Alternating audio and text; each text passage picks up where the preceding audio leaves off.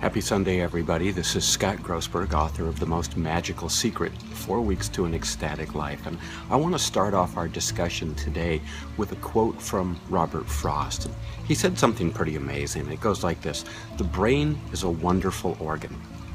It starts working the moment you get up in the morning and does not stop until you get into the office." And I want you to think about that in the context of a quote that I put in the book, and it's from Vince Lombardi. It goes like this: "Winning is not a sometime thing, it's an all-time thing. You don't win once in a while. You don't do things right once in a while. You do them right all the time. Winning is a habit. Unfortunately, so is losing." And I'm asking you to think about those two quotes in the context of how we conduct ourselves at work. You know, I've started noticing a lack of what I call customer service in the work environment, not only between colleagues and employer-employee, but just as a customer myself. I can go into a restaurant or go into a retail store, and people just seem to be sleepwalking through their professions, and I don't get it. Recently, I asked in our private Facebook group a question: what are some of your biggest stressors at work? And I got a variety of answers. And I know from looking online that in some of the surveys, actually having a bad boss is a huge stressor at work. That's not what I'm talking about today. What I'm asking you today is to think about what's the experience that you, either as an employee or as a boss, what's the experience that you give to others? So, if you're an employee, what's the experience that you give to your colleagues? What's the experience that you give to your employer? And if you're an employer, if you're an owner, what's the experience that you're giving to your employees? And what's the experience you're giving to your customers and clients? This is huge, because as magicians, one of our primary goals is to manage our audience expectations. So in other words, if I want an outcome and there are other people involved in what that outcome involves, then it's my obligation to ensure that I'm also managing what other people see, feel, experience, hear, taste, whatever the situation is, what they experience. We don't live in a vacuum anymore. I mean, you wouldn't be listening to me if you lived in a vacuum, if you were a hermit off on an island all by yourself. We don't live in a vacuum. And more importantly, we've been deluded into thinking that there's a work-play, work-home, work-personal life dichotomy. I'm asking you to become truly, consistently, and sustainably happy and successful, to eliminate that distinction. I want you to bring as much passion and excitement to work, to the office, to the assembly line, to mowing the grass if that's your profession. Whatever the situation may be, I want you to bring the same level of enthusiasm and passion to work as you do to home, because I don't want there to be any distinction. I want you to play everywhere. You know, I mentioned before that I see employees who sleepwalk through their professions. I made a note here, and I just want to shake these people and say, are you actually willing to go the extra mile?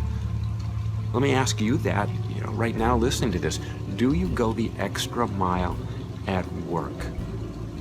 Are you actually going the extra mile for your customers? Are you going the extra mile for your employer? One of the things that I like to tell my employees is that one of your jobs is to help all of us breathe easier. I want to go to work and I want to enjoy going there and being with the people that I'm with a lot of the hours of the day.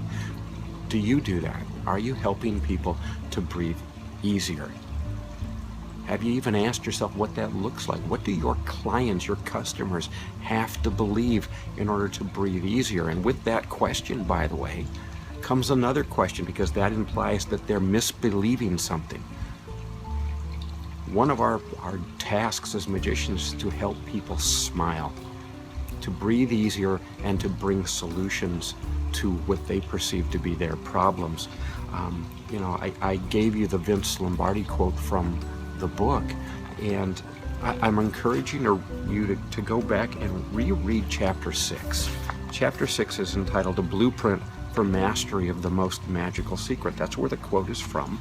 And it asks you to just make a simple choice to live a life filled with magic or not. And when you make that choice, it's not about living a life of magic at home and then going to work and enduring a different lifestyle. Think about that.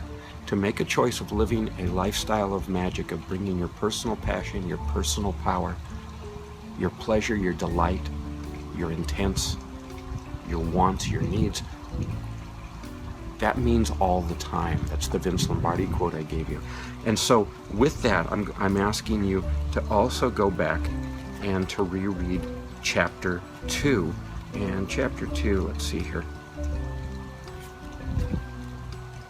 Chapter 2 picks up at page 30. And I'm asking you a lot of questions. You'll notice that I'm asking you about work and play. And so I really want you today, I want you to commit to me that you're going to be attached to your magic while at work, that you're going to be involved in your magic while at work. That means I also want you to commit to me that when you're done listening to this, that you sit down and create the message that is you. What is your message? If I meet you, if I walk into your place of employment where you work,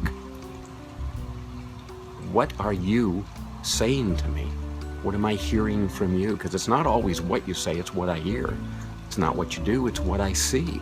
What is the message that you're projecting to your colleagues, to your employers, to your customers, to your clients?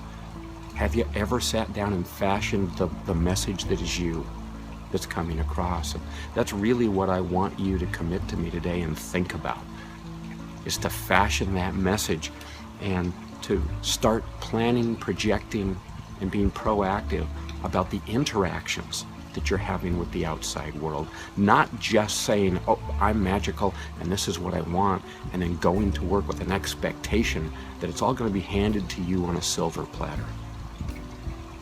There'll be a silver platter, but you're going to have to fill it. And you're going to have to fill it with your message and your purpose, and a lot of us just don't do that anyway. So will you commit to doing that for me? Will you put it on our private Facebook page? Put down your message. Just, it can be short, long, whatever happens to work for you.